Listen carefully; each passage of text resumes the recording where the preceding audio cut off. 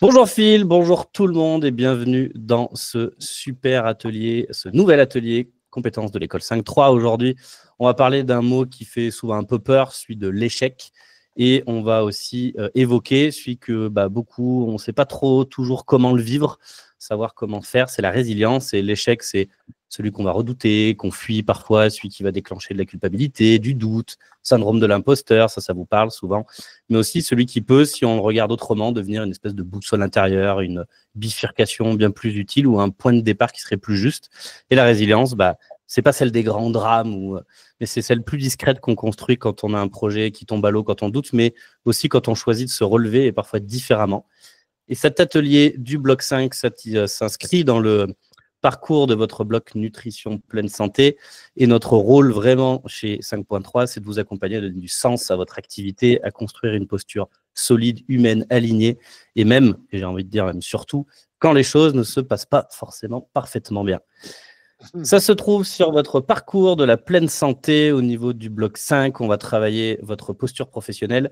On quitte un peu la théorie, là on rentre vraiment dans l'action. Ici, on va parler de vous, de vos projets, de ce qui vous traverse quand ça ne passe pas comme prévu. C'est surtout le thème du jour, mais aussi de pouvoir concevoir et atelier des ateliers bien-être en entreprise.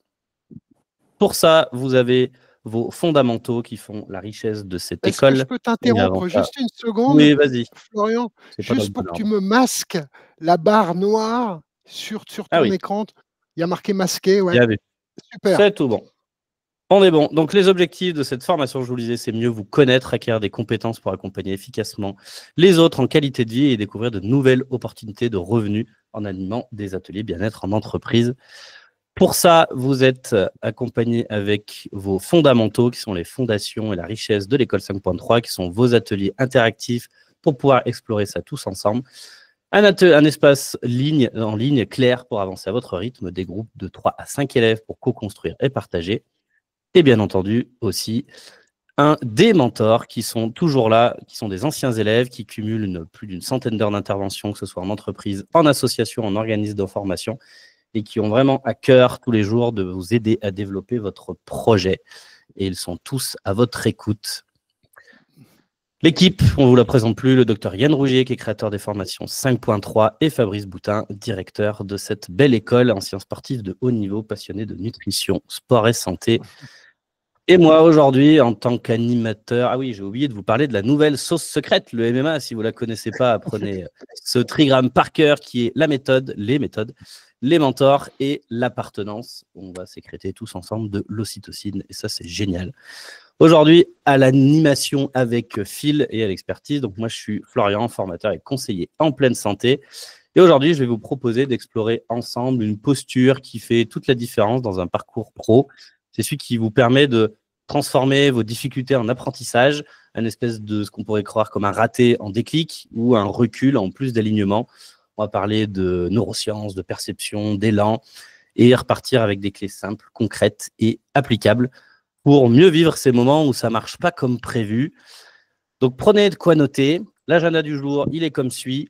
On va voir ce qui se passe dans notre cerveau quand on échoue, parce que c'est intéressant de savoir ce qui se passe dedans, parce qu'on est là aussi pour comprendre des choses. Et ensuite, on va voir un peu comment changer son regard avec trois idées que je vous ai proposées qui, pour moi, renversent absolument tout dans la gestion de l'échec et pour développer sa résilience. Et à la fin, toujours de la pratique. On est là pour ça, vous proposer des outils pour muscler votre résilience. On est parti. Mais avant de commencer, Phil, qu'est-ce qu'on fait? Cassandra avait bien entendu dit volontaire avant que je pose la question. N'hésitez pas s'il y en a d'autres que Cassandra qui veulent faire le débrief de fin d'atelier. Je regarde dans le chat. N'hésitez pas à me dire que vous êtes volontaire pour débriefer l'atelier dans 45 minutes. Exactement. Avant toute chose, on va démarrer avec un petit sondage. Si vous voulez me répondre soit à l'oral, soit dans le chat, en quelques mots, comment vous vous sentez quand vous vivez un échec, que ce soit dans votre vie professionnelle ou même personnelle, mais là, dans votre projet de reconversion, de montée en compétences ou dans les ateliers que vous êtes en train de concevoir avec les mentors pour des entreprises avec qui peut-être vous avez contact ou vous êtes en train de signer des interventions.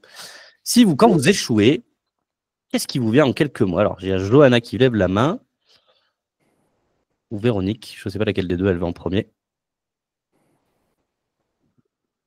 Aucune des deux. Bon, Cassandra nous dit... Ah si.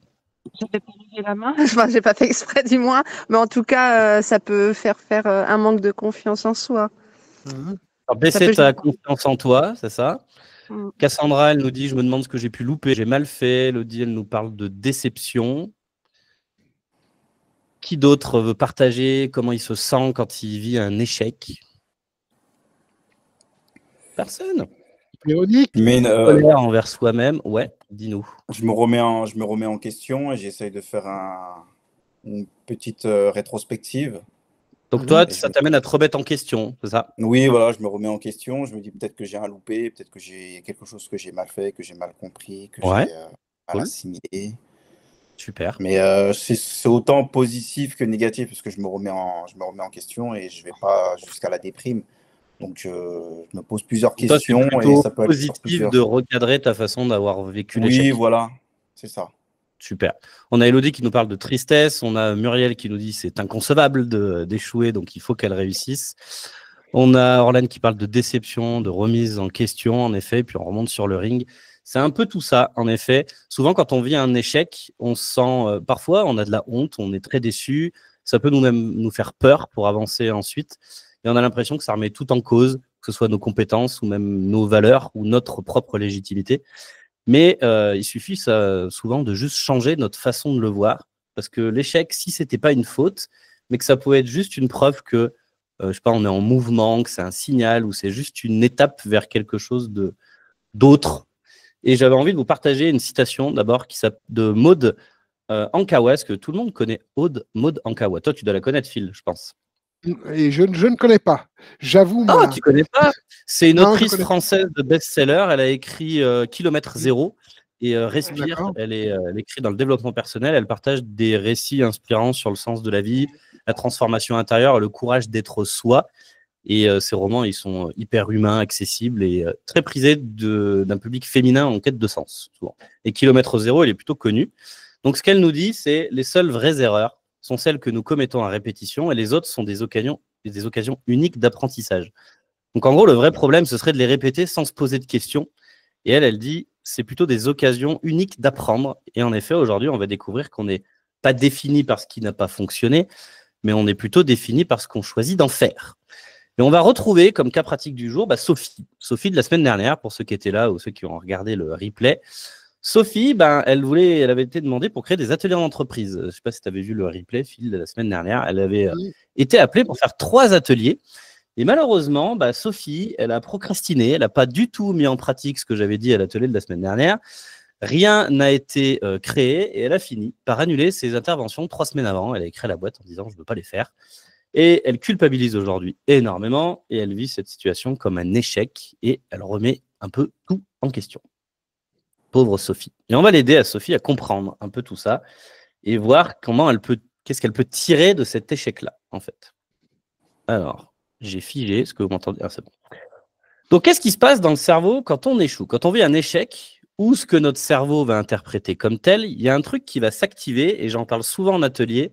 Est-ce que quelqu'un sait ce qui va s'activer dans notre cerveau, à votre avis, quand on vit un échec? C'est une zone dont je parle beaucoup, j'en ai parlé la semaine dernière, celle qui est de la peur, menace, etc. L'amygdale, Isman, c'est ça, exactement. On va activer l'amygdale qui est le centre de la peur, de la douleur, de la menace, parce que pour lui, un échec, ça veut dire un danger. Parce qu'il ne fait pas de différence entre une attaque qui est physique, que vous fassiez vraiment attaquer par un lion, par exemple, ou une critique sociale ou une sensation personnelle d'échec, qu'elle soit professionnelle ou personnelle. Et du coup, à votre avis, quand l'amygdale s'active, ça amène à quoi? Isman nous dit du stress, ouais. Dépression. À quoi d'autre? Dépression, c'est pousser la dépression, mais on peut y aller. Mais c'est possible au bout d'un moment, si on ne fait rien. La peur, la confiance. Ouais, perte de confiance, perte d'estime. En effet, ça va nous amener du stress, des tensions, voire même de l'inhibition, c'est-à-dire qu'on va se retrouver complètement bloqué. Et le résultat de tout ça, si jamais on fait rien et qu'on laisse faire les choses, entre guillemets, mais c'est le déclenchement automatique d'une réponse de survie, c'est on va soit fuir, donc on va complètement abandonner ce qu'on est en train de faire, on va même complètement déconnecter, on va repousser, on va annuler. C'est exactement ce qu'a vécu Sophie. Elle a complètement annulé ce qu'elle devait faire. Ou alors, on va se retrouver figé, on va bloquer, on va plus arriver même à penser, tout va devenir flou, on ne sait pas pourquoi on doit faire ça, plus de sens. Ou alors, on va lutter, et souvent contre soi-même, et on va se critiquer, plutôt s'auto-critiquer, on va avoir de la culpabilité, on va ruminer, on va avoir du jugement. OK ? Et le risque, à votre avis, quel est le risque quand on... alors, si vous avez bien écouté ce que je viens de dire, quand on vit un échec, quel est le risque réel après? Alors, traumatisme, ouais.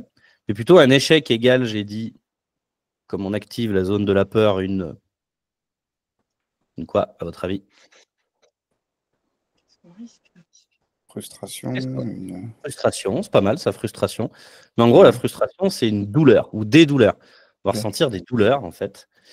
Et à la fin, ça va nous amener à donc de l'évitement, généralement, à fuir ou à être complètement figé. Le figement, c'est vraiment le petit traumatisme jusqu'au gros traumatisme.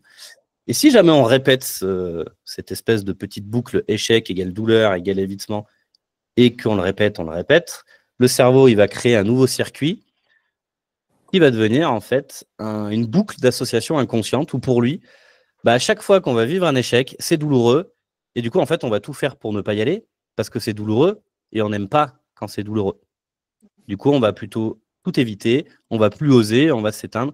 Qui déjà ici a vécu un échec qui semblait peut-être un peu petit, mais qui en a vécu plusieurs et qui au final n'ose plus trop avancer et faire des trucs? Ou ça est déjà arrivé dans sa vie? Isman. Ouais. Ben, moi, c'était comment dire, j'ai été après un bilan de compétences, j'ai fait une formation de TISF. Donc, je me suis fait harceler. Donc, voilà, puis j'ai dû arrêter au bout de 3 mois. Mais bon, c'était une formation qui me tenait vraiment à cœur et tout. Et en fait, suite à ça, c'est impossible pour moi de retourner en formation. Là, la formation, j'ai pu la faire parce que c'est en distanciel, il n'y a pas de groupe. Oui, alors c'est un poil différent parce que du coup, tu as été harcelé, tu dis, donc tu as vécu un traumatisme. Du coup, c'est encore plus fort que la simple répétition de petits échecs, tu vois. Et après, je suis vraiment dans l'évitement. Si on me dit de retourner dans une formation physique... ça, c'est la réponse à un traumatisme, c'est qu'en fait, ton système nerveux, il cherche à te protéger, en fait. C'est juste ça. Boule au ventre. Ouais, boule au ventre, il y en a, c'est juste ça. Mais c'est Cassandra, elle nous disait qu'avant, elle avait vécu ça et qu'aujourd'hui, elle arrive à rebondir.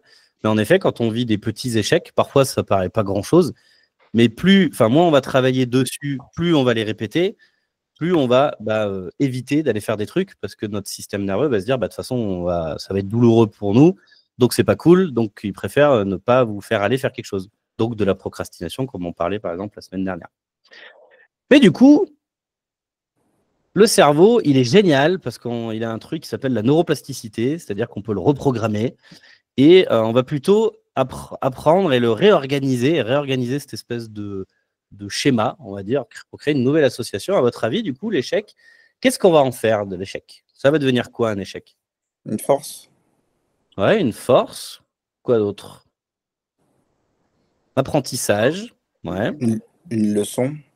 Une leçon, un feedback, comme dit Cassandra, ouais. En effet, en fait, l'échec... Pardon? Une expérience? Et exactement. C'est c'est parfait, Stéphanie. En effet, on va prendre l'échec comme une expérience qu'on a vécue. Et du coup, déjà, le terme expérience, il est un peu le plus positif quand même, quand on le dit ou quand on se le dit. Et ensuite, comme on a vécu une expérience, qu'est-ce que ça va nous amener de très positif à la fin? Des compétences. Un résultat. Ouais, des compétences, mais on dira plutôt qu'un échec, c'est une expérience plus on va apprendre des choses. Vous avez parlé d'apprentissage. Et quand on cumule de l'expérience et de l'apprentissage, ça va nous donner des feedbacks positifs. Ouais, des feedbacks positifs. Ça va nous donner plus d'élan, du coup. Exactement, Cassandra. Ça va nous donner plus d'élan. On va plus être dans l'évitement. On va être dans j'ai envie d'y retourner, quoi. Parce que du coup, comme je l'ai vécu comme une expérience, j'ai vu que j'avais appris des choses par rapport à ça. On en parlait après. J'ai plus envie d'y retourner un peu au charbon, entre guillemets. Alors que ce soit conscient ou inconscient, parfois on arrive à le faire. On se dit, ouais, putain, j'ai raté ce truc-là. Bon, allez, c'est pas grave, j'y retourne. Je sais que je peux faire différemment, etc. Parfois, c'est automatique. Mais des fois, quand l'échec, il nous a, on va dire, très touché émotionnellement, c'est pas facile d'aller dans ce changement de point de vue et d'aller dans plus d'élan. C'est pour ça que je vais vous donner des petits exercices après. Nathalie dit, on apprend de nos erreurs, en effet. Et là, on ne va plus créer une boucle inconsciente par rapport à de l'échec négatif, si on peut appeler ça comme ça, mais on va aller reprogrammer justement ce lien inconscient pour faire de l'échec une rampe au lieu d'un espèce de mur qu'on pouvait avoir en face de nous. Est-ce que c'est OK pour tout le monde, ça? Qu'est-ce que tu en penses, Phil, de ça? Je bois tes paroles, mon cher. Ah, bois tes paroles. Est-ce que tu es réhydraté? Ouais. Allez, on va enchaîner avec le fait de changer son regard. Parce qu'en fait, on a dit que l'échec, c'était peut-être pas finalement plutôt douloureux, mais plutôt une expérience. Donc, on va changer son regard. Et je vais vous partager 3 idées. La première idée, qui va un peu être game changer, comme on pourrait dire, c'est que l'échec, c'est du vivant. À votre avis, pourquoi je vous dis que l'échec, c'est du vivant? Qui voudrait oralement réagir à ça? Est-ce qu'on le vécu? Vas-y, Cassandre. Ouais. Déjà, s'il y a eu un échec, c'est qu'il y a une action qui a été mise en place. Donc, c'est qu'on a fait quelque chose. Alors que celui qui n'a rien fait, ça n'a pas vécu, il n'y a pas eu d'expérience derrière. D'où le côté, il y a eu un pas en avant. Ouais, c'est pas mal. Tu t'es mis dans l'action, c'est ça. Tu as fait quelque chose, en effet. Qui d'autre veut compléter? Il y a Stéphanie, tu avais ouvert ton micro. Oui, je voulais dire, oui, c'est du vécu. Voilà. Ouais, du vécu. On l'a vécu, quoi. Ouais, Ismaël, qu'est-ce que tu voulais dire? Ouais, pour rejoindre ce que disait, je ne vois pas son prénom, en fait, c'est qu'on a eu un défi dans la vie, donc c'est du stress positif, et donc c'est ce qui nous a fait développer quelque chose, en fait, et ce qui nous a fait évoluer, en fait. Ça fait penser à la... Ça pouvait être aussi du stress négatif au final, tu vois, mais le fait qu'on ait été en échec, c'est parce que, comme toi tu viens de dire, on a fait quelque chose, on est allé faire quelque chose, et en effet, on a essayé déjà, c'est pas mal, hein, parce qu'il y en a, ils restent dans ce qu'ils sont et dans ce qu'ils font, et dans leur petite zone, ils n'essayent rien, du coup. On a aussi, on s'expose, on s'est mis en avant pour faire quelque chose, on n'est pas resté juste dans son coin. On a osé, on a pris un risque, comme dit Catherine, en effet, et on est sorti de sa zone de confort. Et en fait, quand on échoue, c'est déjà hyper cool, parce que ça veut dire qu'on a tenté de faire quelque chose, si on a échoué. On est sorti d'un espèce de mode automatique, on a déclenché ce que les neurosciences appellent ça le mode adaptatif. C'est un mode où le cerveau, il va explorer, il va tester, il va expérimenter, il va apprendre. Chaque essai manqué, ça crée dans votre cerveau quand même des connexions entre des synapses, mais des nouvelles connexions qui préparent le terrain pour des réussites dans le futur, en fait. Donc, c'est hyper utile d'échouer, même si c'est très désagréable. Pour votre cerveau, d'un point de vue neuroscientifique, c'est hyper intéressant. Et en fait, on va tout simplement être en mouvement. Donc, c'est pour ça qu'on dit que l'échec, c'est vivant, parce qu'on est en mouvement dans ce qu'on est en train de faire. Et je vais vous donner une image qui, à mon avis, va vous parler à tous, enfin au moins chaque personne, parce que vous l'avez vécu, même si vous en rappelez pas, mais si vous êtes mère avec des enfants, un enfant, avant de marcher, il va tomber au moins une centaine de fois. Et son cerveau, il va apprendre à chacune de ces chutes. Donc, aujourd'hui, si vous tombez, c'est bon signe. C'est que votre cerveau il est en train d'intégrer une version plus évoluée, plus forte de vous-même à chaque chute, en fait. OK? Deuxième idée, l'échec, c'est de la lucidité. À votre avis, pourquoi je dis ça? Qui veut me dire pourquoi je dis que l'échec, c'est de la lucidité?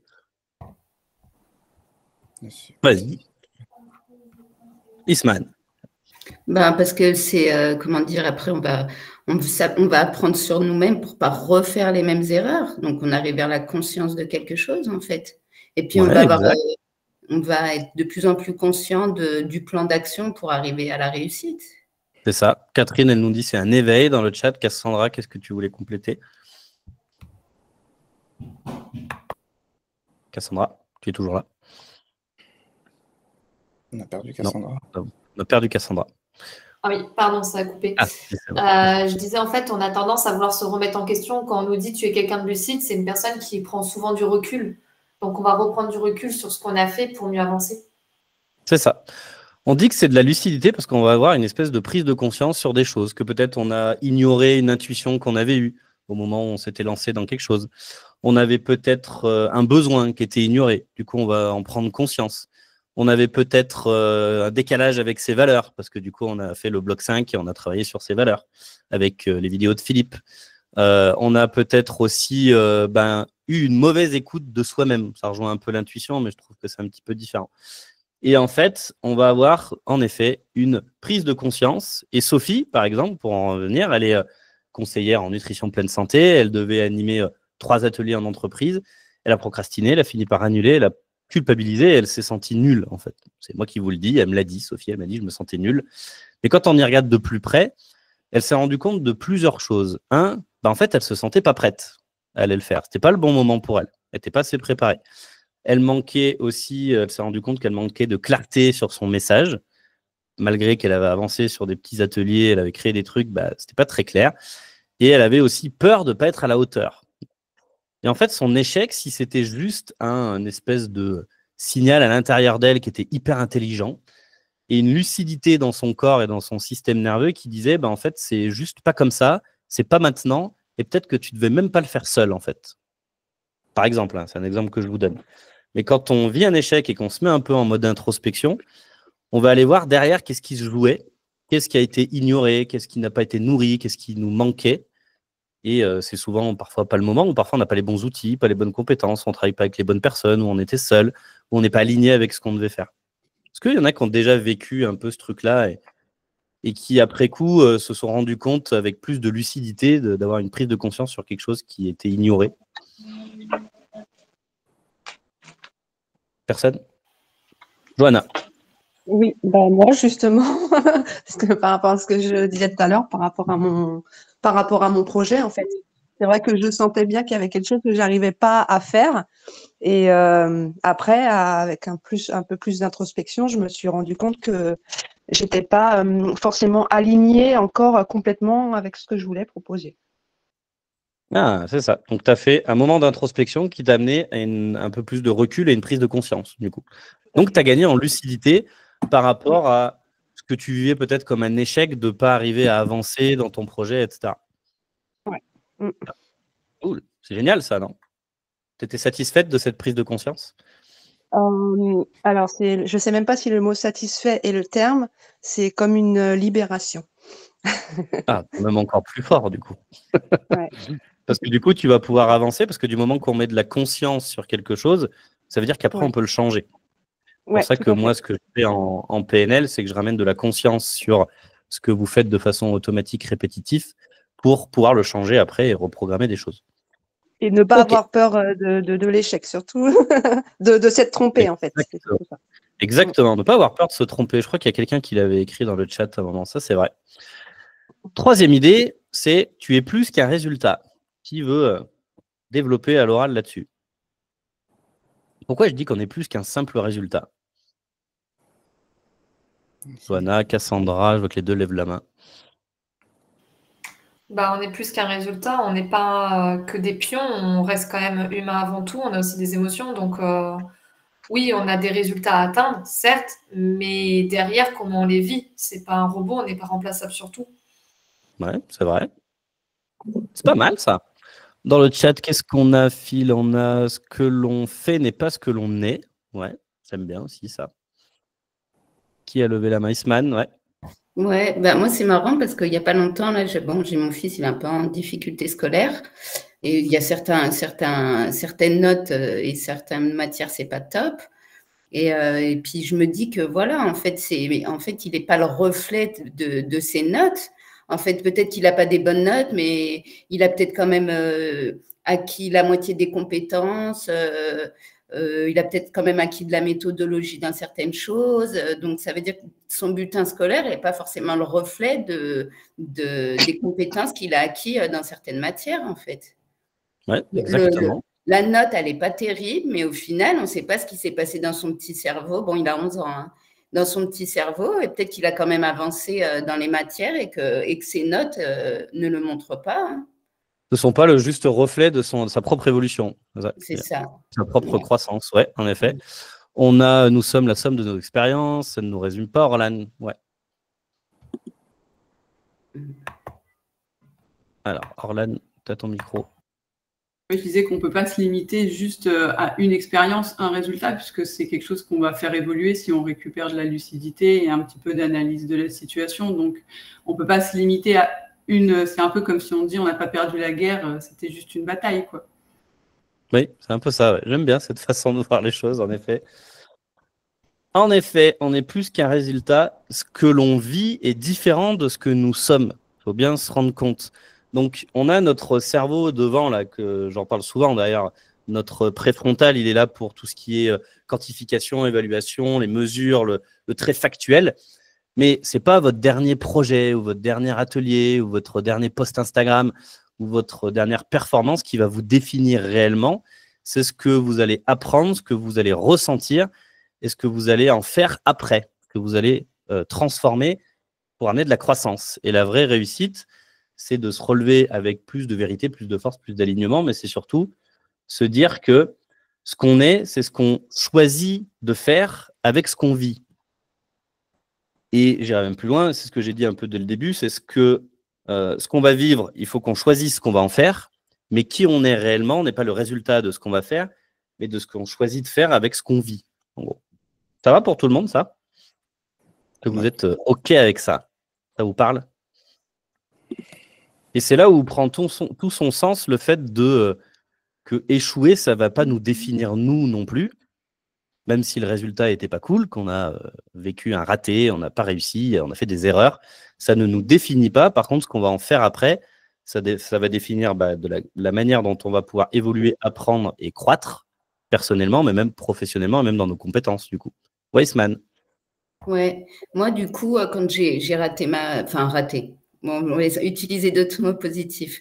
Quand je suis pas allée au bout de la formation, et ben, ce que j'ai fait, c'est qu'après, j'ai postulé auxiliaire de vie. Et du coup, je suis allée vers des accompagnements. C'était pas le même public, c'était pas les mêmes besoins. Mais j'ai utilisé ce que j'avais appris dans les 3 premiers mois.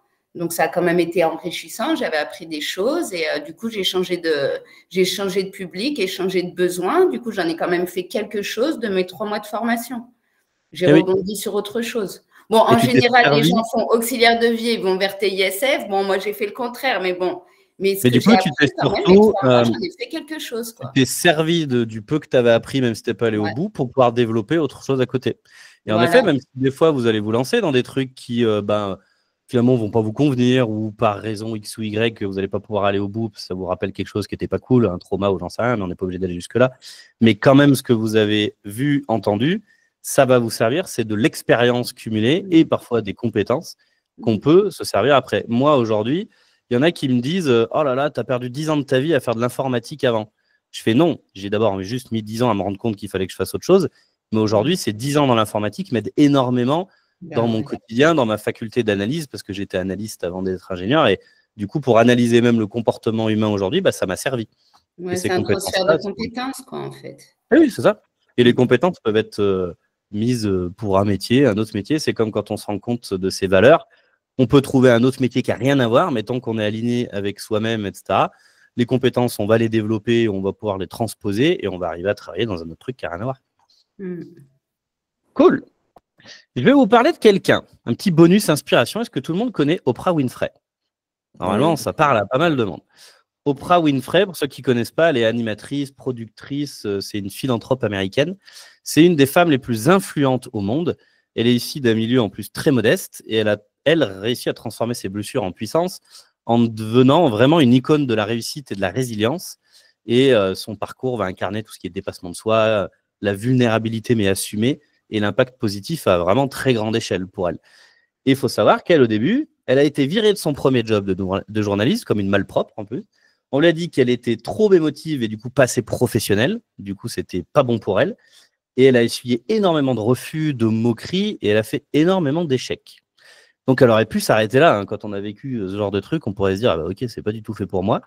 Mais en fait, le résultat aujourd'hui, c'est que c'est, comme je vous disais, une des femmes les plus influentes au monde. Donc, elle a transformé tous ses rejets en levier, en espèce de moteur. Elle a fondé une carrière sur des choses, sur son authenticité, et même elle s'est servie de sa propre vulnérabilité pour en faire une puissance, plutôt une puissance du cœur, on peut dire ça. Et aujourd'hui, ce qu'elle dit, c'est que j'ai échoué encore et encore dans ma vie, et c'est pour ça que je réussis aujourd'hui. Elle a utilisé ses échecs pour créer du sens, et si elle l'a fait, vous êtes tous en capacité de pouvoir le faire aujourd'hui. Elle vous parle, Oprah Winfrey, dans sa capacité de résilience, elle. Oui, c'est un bel exemple. Totalement. Top. Alors maintenant, on va passer dans du pratique, parce que c'est bien gentil de parler de théorie, mais quand vous allez peut-être faire un atelier en entreprise où, je ne sais pas, vous espériez peut-être avoir 2 contacts à la fin de salariés qui viendraient vers vous, mais au final, il n'y a eu personne. Ou alors, vous êtes venu à bafouiller au milieu de l'atelier, vous avez oublié la moitié des trucs et vous dites « Ah, j'ai été nul, j'ai complètement raté mon atelier ». D'ailleurs, j'aurais pu faire exprès de rater mon atelier aujourd'hui pour vous faire un exemple de comment on rebondit après. Ah ouais. Mais bon, mais je l'ai bien préparé. Mais c'est pas parce qu'on a bien préparé quelque chose que ça veut dire qu'on va pas échouer d'ailleurs. C'est vrai ça. Et il faut avoir quand même des petits outils derrière pour pouvoir aller là-dedans, parce qu'on est dans un mode automatique, je disais au début, et là on va aller passer dans le mode manuel, avec un premier outil que j'aime beaucoup, qui s'appelle la cartographie du rebond, j'appelle ça. Cet outil, en fait, on va l'utiliser donc après un échec ou un moment difficile ou une situation qu'on aurait perçue comme un échec ou une grosse erreur. Et il va permettre au cerveau de sortir de la rumination et de passer en mode apprentissage apprenant, en gros. Et on va aller là activer la zone de réflexion devant, qui est plutôt inhibée du fait que ce soit l'amygdale qui soit plus active parce qu'on a peur, etc. Et du coup, l'avant est plutôt éteint. Et on va aller apaiser la zone de l'amygdale des émotions et on va réactiver la zone de la réflexion pour prendre plus de recul et être en mode plus création. Comment ça fonctionne? Vous prenez, donc vous pourrez le faire après l'atelier. Si vous avez vécu un échec, vous pourrez le retravailler par rapport à ça. Ou si vous en vivez un dans les semaines qui viennent, est-ce que je vous invite à vivre des échecs dans votre vie, de toute façon? Celui qui me dit dans 6 mois, j'ai vécu aucun échec, j'ai jamais fait d'erreur, je ne le crois pas. Ce n'est pas possible. Donc vous prenez une feuille et au centre, vous notez un échec récent. Okay. Ensuite, vous allez tracer 3 flèches qui vont aller vers 3 petits carrés comme ça. Et vous allez vous poser des questions. La première question que vous allez vous poser, c'est qu'est-ce que j'ai compris de cet échec? Ok? Qu'est-ce que je comprends de ce que j'ai vécu là? La deuxième question que vous allez vous poser, c'est qu'est-ce que j'ai appris à travers cet échec? Ok? Et la troisième question, pour se mettre dans l'action, parce que si on ne se met pas en mouvement, il n'y a rien qui se passe, et on a dit que c'était vivant, l'échec. La troisième question, c'est qu'est-ce que j'ai envie de faire maintenant autrement? On va parler de Sophie, on va faire prendre le cas en live. Est-ce que quelqu'un veut m'aider à travailler l'échec de... zut, je l'ai fait un peu trop vite, pardon. Là. Par exemple, qui veut travailler Sophie avec moi? Cassandra, allez. Donc Cassandra, tu te rappelles, elle a fini par annuler ses trucs, elle vit ça comme un échec, elle culpabilise, elle s'en sent nulle. Voilà. Ouais. Alors, qu'est-ce qu'elle a pu comprendre? Déjà, elle en avait pris plusieurs et c'était peut-être pas forcément aligné à ses valeurs de mémoire de ce que tu avais dit. Ouais. Il y avait quelque chose comme ça. Donc, du coup, elle a pu comprendre que c'était pas aligné à ses valeurs et que c'était pas assez défini, que c'était pas clair pour elle. Ouais, c'était trop flou et du coup, ça manquait de clarté. Ça. Ok. Qu'est-ce qu'elle a pu apprendre de ça, à ton avis? Qu'avant de s'engager, peut-être prendre un peu plus de recul et peut-être le planifier dans le temps. Et redéfinir son objectif, son accompagnement, le rendre plus clair sur ce qu'elle peut proposer. Ouais, donc prendre plus de temps, donc l'allonger un peu dans le temps, de ne pas le faire maintenant mais plus tard, du coup de le refaire, mais en l'ayant un peu plus préparé, en ayant un peu plus travaillé sur de la clarté de l'objectif et surtout sur ce que ça va résonner chez elle. C'est ça que tu veux dire. Ouais. Et ensuite, qu'est-ce qu'elle aurait peut-être envie de faire différemment aujourd'hui? Avec les idées qu'elle avait déjà aujourd'hui des ateliers qu'on y a proposés, peut-être déjà écrire 3 items d'atelier, ce qui donnera déjà une base d'exemple pour ressortir demain. Elle a déjà quelque chose en main. Ça peut être une astuce et mieux planifier dans son planning. Dès qu'elle a une idée, déjà le planifier dans son planning ou proposer des rendez-vous en étapes. Ouais, c'est pas mal aussi. Je dirais même d'aller encore plus loin, c'est de se faire un programme avec des listes qu'elle doit tenir au jour le jour et 2 semaines avant son truc, elle doit être prête, quoi. Ouais, parce qu'on est sur un manque de préparation pour toi, Esman. Mais en effet, il n'y a pas de réponse juste parce qu'on n'est pas Sophie. En effet, c'est juste un cas pratique. Donc, ce qu'on vient de dire avec Cassandra et toi, Esman, C'est Puis il y avait un complètement juste. côté timing aussi qu'elle n'avait pas respecté. Ouais. Ouais, parce Oui, qu'elle a aussi, ouais. procrastiné, vu qu'elle a procrastiné, il y avait pas mal de carences et elle a eu cette peur de se lancer, de se dire je vais pas être prête. Ouais, c'est ça. Elle a dit qu'elle se sentait pas prête, pas légitime, pas à la hauteur, en plus, elle disait. Donc, ça me rappelle une conférence un atelier qu'il y avait eu avec un de tes collègues où il disait en fait, une semaine avant, vous êtes tout prêt, tout est terminé, tout est bouclé. Voilà, il faut qu'elle se fixe qu'au moins 2 semaines avant, tout ce qui est support pour sa conférence, tout soit prêt, quoi, en fait. Ouais, c'était Max qui disait ça, je pense, non? Non, je ne sais plus. Je ne retiens pas les prénoms. Ça doit être Max, ouais. C'est Ouais. du Max, c'est ça. Pour de la préparation d'atelier, ouais, c'est ça. Ouais. Et elle, c'est même exactement ça, parce qu'elle devait envoyer une version à l'entreprise avant, donc elle aurait pu se fixer qu'une semaine avant la date d'envoi, elle aurait dû avoir tout fini, etc. Être mieux préparée. Tout ce que vous avez dit, c'est juste. Moi, dans mon coin, j'avais travaillé que par rapport à son échec, c'est que ce qu'elle a compris, c'est qu'elle devait se sentir plus préparée avant d'aller intervenir en entreprise. Ce qu'elle a appris, c'est qu'elle était capable d'avoir des opportunités, mais qu'elle avait besoin de soutien. Parce qu'en fait, toute seule, c'était trop pour elle. C'est ça qu'elle a appris, elle, en fait. C'est son introspection à elle. Et son action, c'est de créer un atelier, peut-être test, avec un petit groupe avant de collègues qui sont bienveillants et qui pourront lui faire des super feedbacks, parce qu'elles ont fait l'atelier avec Alexandre et qu'elles savent faire du feedback maintenant, pour proposer ensuite quelque chose de beaucoup plus complet à l'entreprise, et elle sera plus rassurée et mieux préparée, du coup, par rapport à ça. Ça, c'est des exemples. OK? Est-ce qu'il vous parle… Florian, un autre exemple, c'est d'assister au replay de ton atelier sur la procrastination. Exactement, parce qu'au final, j'ai dit qu'elle n'avait pas mis en place les outils que j'avais proposés. Si elle les avait mis en place, elle aurait déjà fait ses 3 ateliers. Hein. Les doigts dans le nez. Est-ce que ça vous parle, cet outil? C'est vraiment un outil… Alors, c'est de l'introspection, entre guillemets, mais c'est pour basculer le mode du cerveau d'être trop dans l'émotionnel et d'aller plus dans de la réflexion et du… Ils sont tous sur YouTube, les replays, Florence, sur la page de l'école 5.3. Celui d'aujourd'hui, il sera uploadé un peu plus tard dans les jours à venir, sûrement aujourd'hui ou demain. Ouais, tout à l'heure. Tout à l'heure, par fil, je suppose, par tes soins. Absolument. C'est parfait. Alors, autre outil que je voulais vous proposer, qui est beaucoup plus simple, mais j'aime la simplicité aussi, c'est le journal du « ça m'a servi à ». Chaque fois qu'on vit un moment d'échec, un truc inconfortable, on va se poser la question « qu'est-ce que ça m'a appris ? En quoi ça m'a servi ?» Et en fait, ce réflexe, il va créer une boucle j'appellerais ça une boucle de sens, pour apaiser le stress et réactiver de la dopamine, qui est votre circuit de la récompense, mais d'une bonne manière, parce que là, on n'y est plus du tout dans la dopamine, vu qu'on est dans la peur, l'inhibition, l'évitement et la fuite. Donc, ça fait mal. Ok, j'accepte que j'ai vécu un échec, c'est pas cool un échec, personne n'est content d'avoir vécu un échec. Hein. Enfin, voilà. Sauf quand on a énormément de résilience, on peut trouver hyper cool de vivre un échec. Mais sur le coup, c'est quand même un peu douloureux, c'est pas cool. Mais ça m'a servi à quelque chose. Et c'est ça qu'on va aller chercher. Donc potentiellement, pour Sophie, on pourrait dire, elle pourrait se dire, ça fait mal, mais ça m'a permis de comprendre que je dois mieux préparer mes interventions et que je ne suis pas obligé de tout faire toute seule. Je peux aussi demander de l'aide, parce que toute seule, c'est trop compliqué pour moi.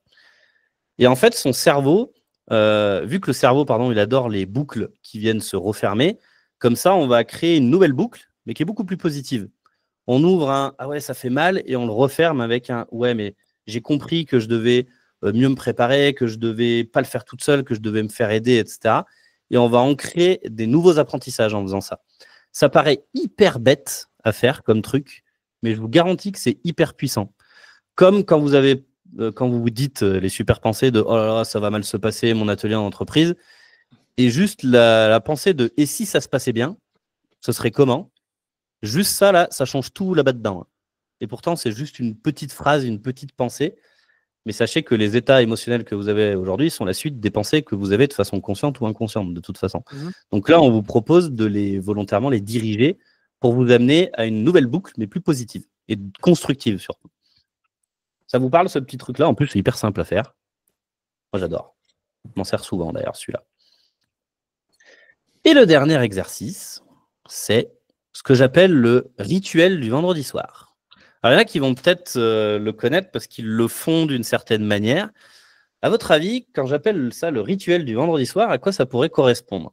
Si on essaye de deviner. À l'apéro? Ah, c'est pas mal aussi, l'apéro. Ça pourrait être le résultat d'avoir fait ton rituel de vendredi soir, de t'offrir un petit apéro, tiens, pour activer ta dopamine. Puis sans alcool, bien sûr, parce que l'alcool est dangereux pour la santé.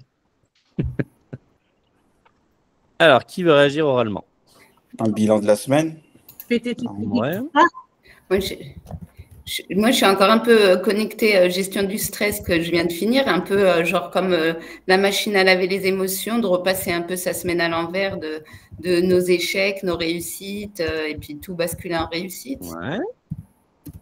Ouais, c'est pas mal ça. Qui d'autre a des idées? Alors, on a point positif de la semaine, planification dans le chat, on a noté les bonnes choses de la semaine, se féliciter de la semaine et de ses réussites, célébrer toutes nos victoires, nos yes. Ouais.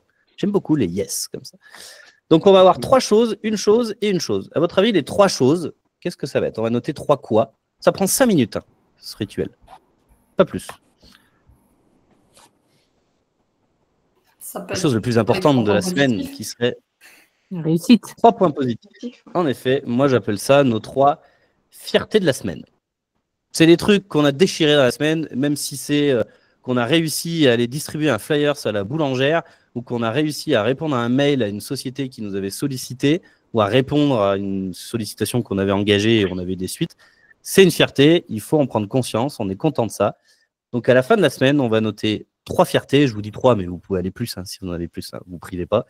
Ça va vous amener énormément d'hormones du bien-être et surtout de vous faire sécréter de la dopamine et de la sérotonine. OK? Ensuite, on va noter une chose. À votre avis, quelle chose on pourrait noter de notre semaine? Un axe d'amélioration? Alors, on a un échec d'Anaïs, un axe d'amélioration chez Erika. Pour améliorer? Ouais, c'est ça. C'est dit différemment, dit plus positivement. En plus, c'est vrai que c'est moi qui ai l'habitude de dire qu'on dit plus axe d'amélioration. Mais on va noter une erreur qu'on aurait fait dans la semaine. Une erreur, un échec, un truc qu'on a mal fait dans notre semaine. Pour se rendre compte de, bah oui, j'ai fait une erreur quand même. Mais avant, on a sorti du positif dans notre semaine. Et surtout, on a noté une erreur. Et à votre avis, qu'est-ce qu'on va noter en dernier de notre semaine? Une solution, une amélioration. Une action. Ouais. C'est ça. En effet, on va en tirer une leçon. La leçon qu'on va tirer de cette semaine. Alors, soit elle peut être en rapport, bah, c'est mieux si elle a un rapport avec l'erreur qui est juste avant, mais ça peut être complètement autre chose. Et ce rituel, il paraît tout bête, mais il va vraiment renforcer votre neuroplasticité, mais émotionnelle, parce que vous n'allez plus avoir peur de vous tromper, car vous savez que chaque semaine, on va en faire quelque chose de ce truc-là. C'est que vous allez prendre conscience, que vous avez réussi au moins 3 trucs dans votre semaine. Donc déjà, on va activer des hormones du bien-être et du bonheur, etc. Ensuite, vous allez vous dire, ah oui, j'ai fait une erreur, mais du coup, ce sera moins intense émotionnellement. Vous étiez déjà dans du positif ancré juste avant. Et vous dites, bah, cette erreur-là, quelle leçon j'en tire? Qu'est-ce que je vais en faire? Et généralement, c'est du positif qu'il y a derrière. Quelle amélioration vous allez pouvoir mettre en place derrière? Comment vous allez pouvoir vous mettre vivant et en mouvement pour soit ne plus réitérer cette erreur, soit essayer différemment pour voir si ça passera mieux d'une autre manière. OK? C'est un peu la même chose que quand on écrit ces 3 gratitudes chaque soir. Là. Je ne sais pas s'il y en a qui ont découvert ça. Alors moi, je le dis souvent en atelier dans le bloc 2. Mais vos clients, je vous invite vraiment à développer ce genre d'outils. Et vous ne vous rendez pas compte de la puissance de ce truc-là. Parce que le cerveau, il est naturellement câblé sur le manque et le négatif. Donc quand vous allez faire un atelier en entreprise, que vous allez dire votre pitch, que vous avez peut-être appris par cœur avant, etc. Après, vous allez vous dire, et je le sais parce qu'il y en a beaucoup qui me le disent, ah ouais, mais j'ai pas parlé de ça, j'ai oublié ça. Vous allez être focus sur ce que vous avez mal fait. Et ça, c'est naturel pour notre cerveau d'aller là-dedans. Mais du coup, vous allez dire, bah ok, j'ai oublié ça. Qu'est-ce que j'ai fait de bien? Ah ouais, mais là, j'avais une bonne énergie. J'ai quand même passé les idées principales et il y a eu des interactions. On m'a posé des questions et j'ai bien répondu. Quelle leçon je vais tirer du fait que bah, j'ai peut-être oublié certaines choses? C'est soit de pondérer un peu en disant bah, c'est pas parce que j'ai oublié ça que le sens a été complètement perdu de mon atelier, ou alors la prochaine fois, peut-être que ce que j'ai oublié, c'est peut-être quelque chose d'important et je le mettrai en mots-clés sur une espèce de petite feuille que j'aurai à côté pour avoir des notes pour faire mon atelier. Ou comment je peux faire autrement la prochaine fois pour pas oublier ce genre de truc parce que je trouvais quand même que c'était important. Vous voyez? Ça vous parle ce truc-là? Vous aimez bien? De toute façon, vu que vous êtes là pour soit créer une activité ou compléter une activité que vous avez déjà, et ensuite, grâce au bloc 5, aller développer des ateliers en entreprise, vous allez faire des erreurs et vous allez vous casser la gueule. Vous allez avoir des clients chez qui ils ne perdent pas poids tout de suite et vous ne savez pas pourquoi. Et ensuite, vous allez dire, ah oui, mais je n'ai pas travaillé son stress. Du coup, vous allez rajouter des outils. Et c'est comme ça que vous allez monter votre résilience parce que vous allez vous servir des erreurs pour faire des expériences et savoir quelles leçons vous allez en tirer, qu'est-ce que vous avez appris, comment vous allez pouvoir faire autrement après, tout en restant aligné dessus. Et c'est comme ça que va monter votre résilience, en fait. C'est par faire ces petites successions d'exercices que je vous ai proposés. Weissman.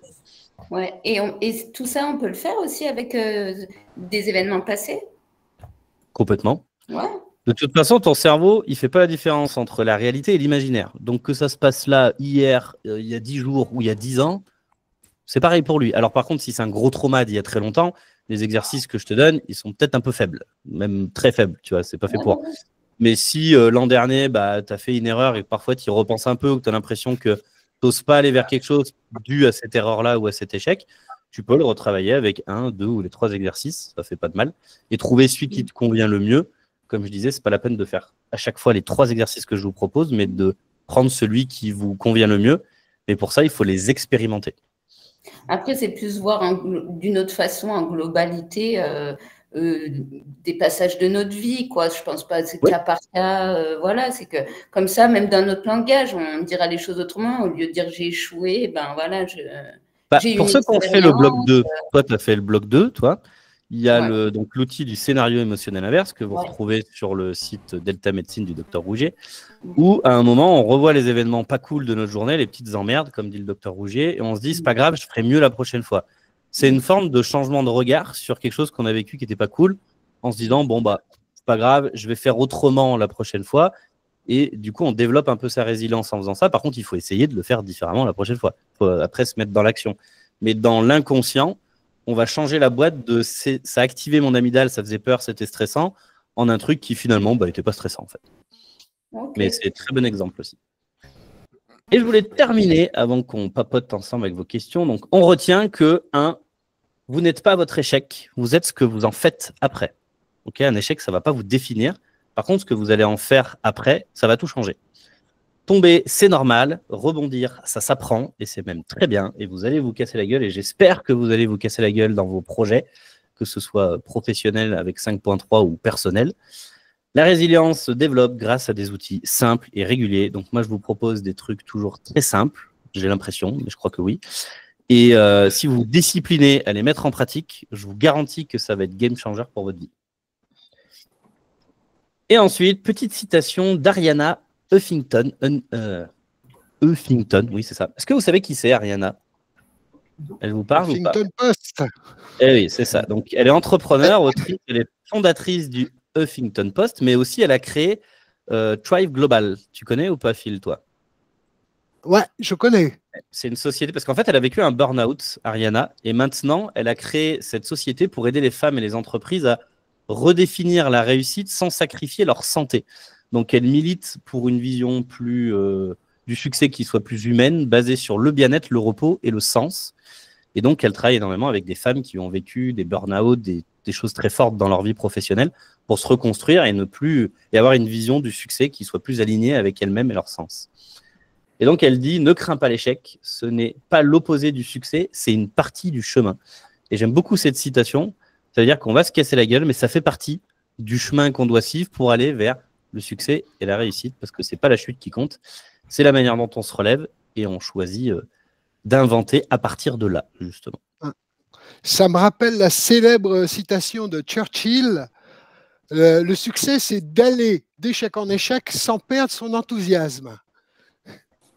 Exactement. J'avais hésité à le mettre, mais j'ai privilégié des femmes. Tu vois. Mais en effet, il y en a plein des belles citations sur. Il y en a plein. Il y en a même une. Alors je l'ai plus en tête. Il y en a une de Walt Disney aussi qui est très bien sur l'échec. Si j'arrive à vous la retrouver. Un japonais qui dit chuter 7 fois, se relever 8. Ça c'est pas mal aussi. Ah oui. Ouais, exact. Il y en a qui connaissent d'autres citations sur l'échec. Ah oui, c'est ça. Walt Disney dit si vous... le succès, c'est la résistance à l'échec.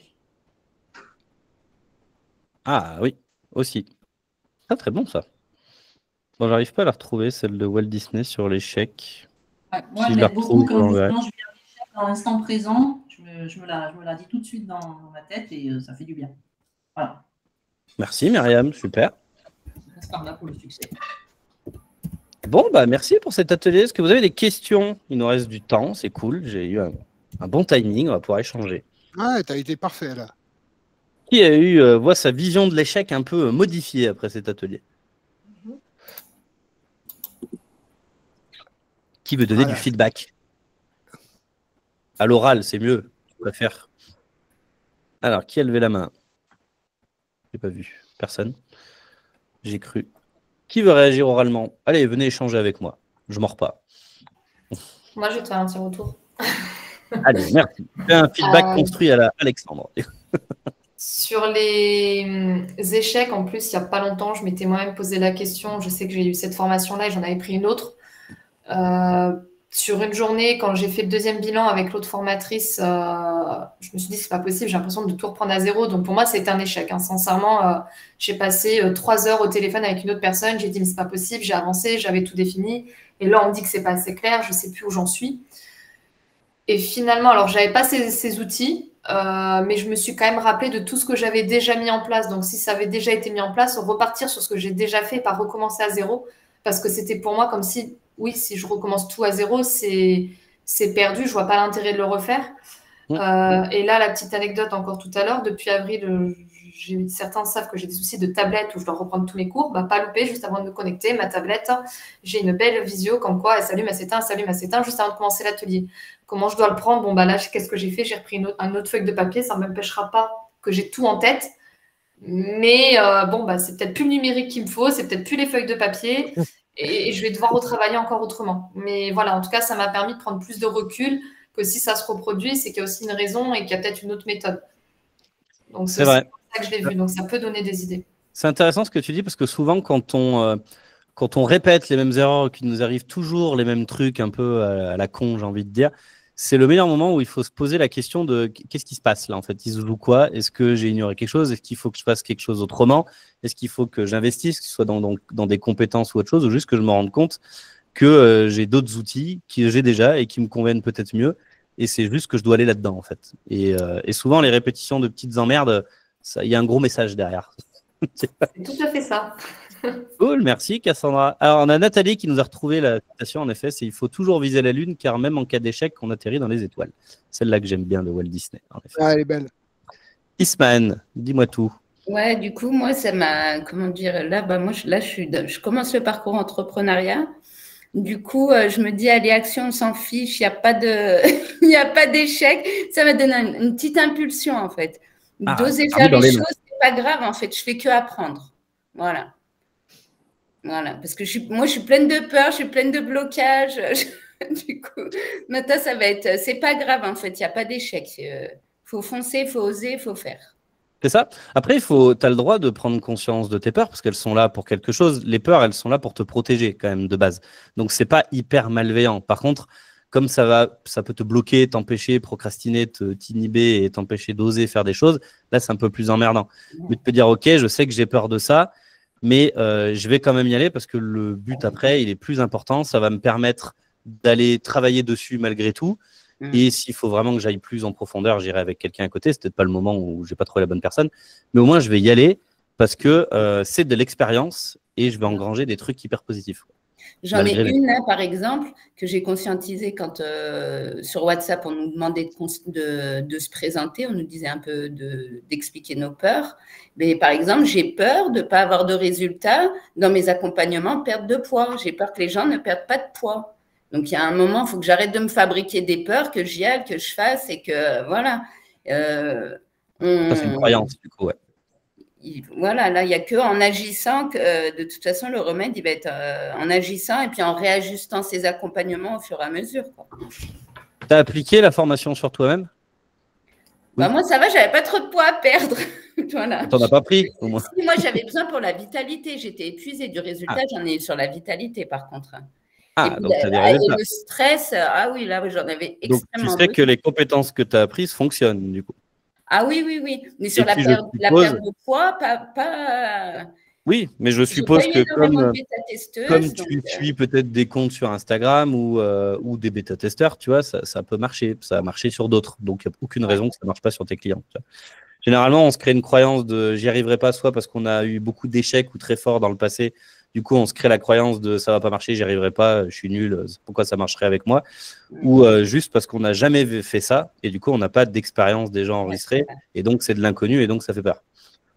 Mais généralement, ce qu'on ressent aujourd'hui, c'est câblé sur les expériences qu'on a de notre passé qui sont enregistrées. Voilà. Cool. Bon, en tout cas, ça va être action et... C'est top, ça, dans l'élan. Eh ben, on va y aller. Du coup, tu vas nous survoler ce bloc 3, quoi. Ouais, on va essayer. Non, on va le faire. Oui, ah oui, c'est mieux. Bah, Voilà. on peut essayer. C'est vrai que quand on dit on va essayer, c'est qu'on n'est pas sûr d'y arriver. Mais déjà, essayer, c'est se mettre en action. Et après, il faut enclencher le premier petit pas. Et c'est le plus important, mais c'est celui qui fait toute la diff. Orlan, j'ai vu que tu as ouvert ton micro. Tu voulais réagir? Non, bah, c'était par rapport à la conclusion, par rapport à l'atelier. Finalement, ce qu'on retient, c'est que, comme on dit, le stress, c'est une énergie indispensable et indissociable de la vie. Finalement, l'échec aussi, puisque sans échec, ben, tu n'évolues pas finalement. C'est exactement ça. Ellie, je veux bien ton retour, vu que tu étais l'homme de l'atelier aujourd'hui. J'ai pas fait gaffe s'il y en avait d'autres, mais il y avait que toi qui avais ta caméra. Si, j'étais là. Oui, mais à part toi, Phil. Alors, qu'est-ce que tu retiens de cet atelier? Qu'est-ce que je retiens de cet atelier? Bah déjà, c'est mon premier atelier déjà, donc très intéressant. Cool. Je me suis remis en question pas mal de fois dans ma vie. J'ai eu des échecs. C'est vrai que je n'avais pas cette analyse et cette approche. Et de faire cet atelier avec vous aujourd'hui, bah, ça m'a permis de prendre conscience de pas mal de choses. Donc, je vais mettre pas mal de choses en pratique. J'ai fait pas mal de prises de notes. Donc, je vais les reprendre et je vais essayer de les appliquer one by one. Et on verra sur la semaine ou sur les échecs passés si ça m'a apporté quelque chose en soi. Ah bah, je suis intéressant que tu viennes nous dire à un autre atelier où tu peux m'écrire sur Instagram, Florian Santé Coaching. Je veux bien ton retour en ayant mis en pratique, voir si ça t'a aidé ou pas, ou comment. Ça m'intéresse aussi. Cool. Okay. Merci beaucoup. De rien. En PNL, avant de finir, je voulais dire, en PNL, on travaille la culture de l'échec et la culture de la réussite d'un point de vue neuro-émotionnel. Et comment on fait ça? C'est que quand on vit un échec, on va aller en mode respiration consciente, revivre l'événement qui n'a pas été cool, où on a échoué. On va aller prendre conscience de ce qui n'a pas fonctionné, se le dire avec bienveillance en se disant c'est pas grave, je ferai la prochaine fois. Et ensuite, revoir l'événement en étant au top. Et du coup, comment on pourrait le faire différemment pour que ce soit mieux. Du coup, on prend conscience de ce qui n'a pas marché. On visualise une version meilleure tout de suite dans la foulée, en disant bah, ma posture elle était comme ça, je vais corriger comme ça, et du coup je suis au top en train de faire l'atelier, ça a corrigé les petites erreurs, et on ancre du coup le fait que ce soit plus émotionnellement pas cool, mais que tout de suite on met dans du qu'est-ce que je pourrais faire quand je suis au top, en fait, qu'est-ce qui se passe, comment je suis, qu'est-ce que je ressens, qu'est-ce que je fais, et tout de suite on propose autre chose au cerveau du coup. Et quand on fait la culture de l'échec, on fait la culture de la réussite. Donc quand vous réussissez un atelier, il faut faire ça de la même manière. C'est-à-dire que vous visualisez l'atelier en respiration consciente, comment vous étiez, qu'est-ce que vous avez dit, votre ton de parole à travers vos 5 sens, qu'est-ce que vous ressentez, et vous ancrez tout ce que vous avez fait qui était bien et qui, pour vous, a contribué à la réussite de l'événement. Parce que si vous l'avez fait une fois et qu'en étant bien droite, en parlant distinctement à telle vitesse, c'est bien, si vous le refaites, il y a de fortes chances que ce soit bien aussi. Si vous répétez les choses qui ont marché, elles vont refonctionner jusqu'au moment où c'est peut-être plus adapté au contexte. Et si vous répétez les choses, ça va fonctionner. En plus, vous allez les ancrer, mais ce qui n'a pas été cool, comment vous le ferez autrement, et vous l'ancrez de la même manière. Isman, en 30 secondes. Top. Ouais, non, c'était juste pour dire, je pense que ça, tout ce que tu nous as donné aujourd'hui, ça pourrait être des outils que je donne dans mes accompagnements. Je pense qu'il faut mettre des choses comme ça dans notre routine, en fait. Bien sûr. C'est des choses à faire tout le temps, dans en fait. Tous les blocs, on vous donne plein d'outils. Et quand on fait des ateliers, bloc 5, moi qui l'ai fait depuis un trimestre, là, j'essaie d'en donner des nouveaux que moi je connais ou que je transmets moi. Mais c'est complètement des outils que vous pouvez utiliser avec vos clients. D'abord vous-même, mais pour vos clients aussi, si vous trouvez ça pertinent, il n'y a aucun problème. Moi, je l'utilise avec mes clients. Ouais, puis il faut une constance pour qu'il y ait un conditionnement, quoi. Ouais. Et oui. C'est effectivement l'objectif de vous proposer des outils qui vous seront utiles à vous-même, bien sûr, mais également aux gens que vous accompagnez, évidemment. J'ajoute une petite chose, cet atelier fait énormément écho à quelque chose d'autre qu'on a pu développer par le passé lors d'un autre atelier, donc ça vous intéressera peut-être de voir le replay qui est sur YouTube aussi, c'est le mindset de croissance. Le mindset de croissance qui oppose donc le mindset fixe, là où on se contente de voir les résultats, et le mindset de croissance où plutôt on va voir l'occasion d'apprendre, l'occasion d'apprentissage plutôt que le résultat. Et c'est un écho parfait à cet atelier aujourd'hui. Les deux sont très liés, on est bien d'accord. Ouais. Il est du coup en replay sur YouTube. Ouais, comme d'hab. Et je vais mettre celui-là tout à l'heure. Merci les leurs, je vais conclure. Merci à tous. Merci pour votre présence, votre attention, vos partages dans le chat, vos échanges, c'est super. Merci et merci Phil. Je suis à chaque fois un fan convaincu de tes petits outils. Je sais qu'ils sont super pertinents à chaque fois. Très simple à utiliser. N'hésitez pas à les essayer, à les tester. Merci et j'espère que cet atelier vous a permis de poser un regard nouveau sur l'échec, non plus comme une fin, mais plutôt comme une étape un peu plus vivante, parfois même parfois inconfortable, mais qui est toujours porteuse d'élan, comme disait Ismaël à la fin. Et j'espère aussi que la résilience vous apparaît désormais comme moins une capacité lointaine, mais plus comme une espèce de force intérieure que vous avez déjà, mais qu'il faut que vous cultiviez au fil de vos expériences, du coup. Et si vous avez eu un déclic, un mot qui vous a marqué ou une prise de conscience pendant l'atelier, n'hésitez pas à le partager dans les commentaires du replay ou à les partager dans vos groupes WhatsApp. On les relaiera de notre côté, ça nous fait toujours plaisir. Vos partages, ça nous inspire et ça fait vivre l'expérience et l'intelligence collective. Et comme toujours, si vous avez besoin de soutien pour avancer sur vos projets ou pour ancrer ce que vous vivez ici dans votre posture d'accompagnant, les conseillers pédagogiques de l'école 5.3 sont là pour vous. Donc à très bientôt pour la suite du parcours et souvenez-vous, ce n'est pas la chute qui compte, c'est la manière dont on se relève et ce qu'on choisit d'en faire. Et on se trouve la semaine prochaine avec toi, Phil, pour le grand quiz de la connaissance de soi. Grand quiz de la fin de saison, on va dire. Hein. C'est ça, la fin de saison, fin de trimestre avant les vacances d'été. Ouais. Donc des questions PNL, psychologie positive, développement personnel, connaissance de soi, on va tout brasser et on verra si vous êtes devenu incollable. Et je viendrai faire un petit tour, moi, j'y serai. Ben, j'espère. Allez, je vous souhaite une très belle fin de journée et je vous dis à bientôt dans vos ateliers ou la semaine prochaine. Merci. Bon après-midi. Au revoir.